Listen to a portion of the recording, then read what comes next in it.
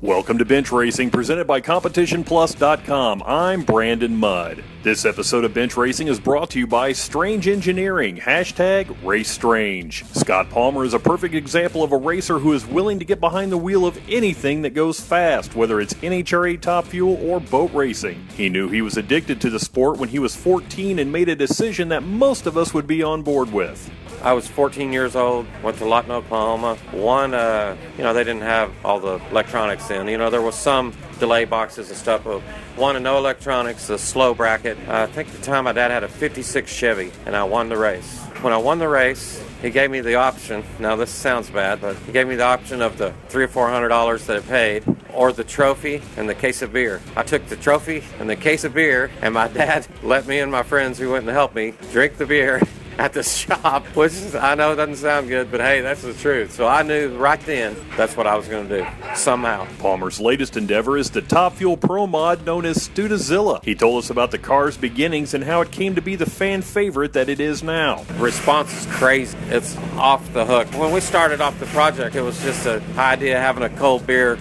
after a race one time, and we loved this Pro Mod. Chuck Weck built it. He's out of the Chicago area. A friend of mine, Mark Vollenwater, updated it where we made the rear end solid like a funny car. I just loved the looks of this Studebaker, so we ended up working a deal. Me and a friend of mine, Darren Woody, worked a deal with Jerry Hunt. We bought the car, and it sat there for a while, and we decided, I'd always talked about putting a fuel motor in one. And, there's been 30%. There's been guys run nostalgia's top fuel motors in cars, but we wanted header flames over the roof like a funny car. So the idea came up, and we ended up doing it, and it just worked out. It's been a lot of fun, but, it's going to be hard to go and run it just for fun now, because now you've turned it into a money monster. The Missouri resident had a great weekend at Sonoma, earning a round one win against former Top Fuel champion Sean Langdon. Palmer said he would love to bring Studazilla to an NHRA race, but fans shouldn't expect it anytime soon. That would be the ultimate goal. Now, yesterday, Graham Lai, Glenn Gray, they were standing at the finish line when we made that run last night. And last night, the response wasn't that good for it. I brought it up as we were talking about, I did a little track interview, and afterward I said, no, Graham, think about that Pro Mod on Friday night,